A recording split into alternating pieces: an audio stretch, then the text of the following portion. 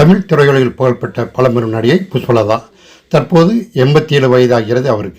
நடிகை புஷ்பலதா கணவர்தான் நடிகர் ஏவிஎம் ராஜன். இவர்கள் சென்னை தீநகரில் வசித்து வருகிறார்கள்.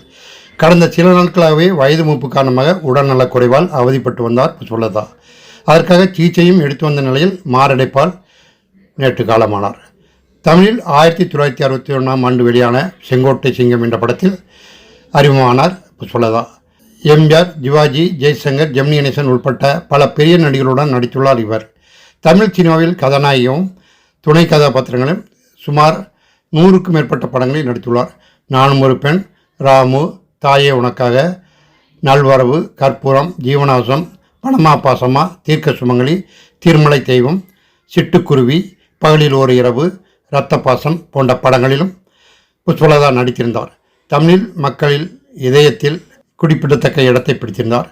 பிந்தைய காலகட்டத்தில் வயதான நிலையில் 70-80களில் தமிழ் சினிமாவில் பிஸியான நடிகர்களாக தான் புஷ்பலதா இருந்து வந்தார். கமலஹாசன், ரஜினிகான் உட்பட்ட பிற்கால நடிகர்களுக்கு ஏராளமான படங்களில் அம்மா போன்ற பாத்திரங்களில், மாமியார் போன்ற பாத்திரங்களில் நடித்து வந்தார். இவர் நடித்து பிற்காலத்தில் குறிப்பிடத்தக்க படம் சகலகலா உலகன் வெளிவிழா படம்.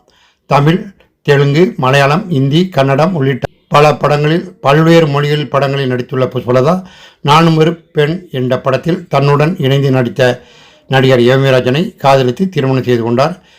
இவர்களுக்கு மகாலட்சுமி, அபிராமி ஆகிய 2 மகள்கள் உள்ளனர். இதில் மகாலட்சுமி ராணி தேனி, முதல் வசந்தம் போன்ற படங்களில் நடித்திருக்கிறார். இவர்கள் பிற்காலத்தில் தனது கணவர் ஏவிஎம் ராஜுடன் சேர்ந்து கிறிஸ்தவ மதத்திற்கு மாறி கிறிஸ்தவ மத பிரச்சாரம் செய்து வந்தது குறிப்பிடத்தக்கது. இவருடைய மறைவுக்கு பலரும் அஞ்சலி செலுத்தி வருகிறார்கள்.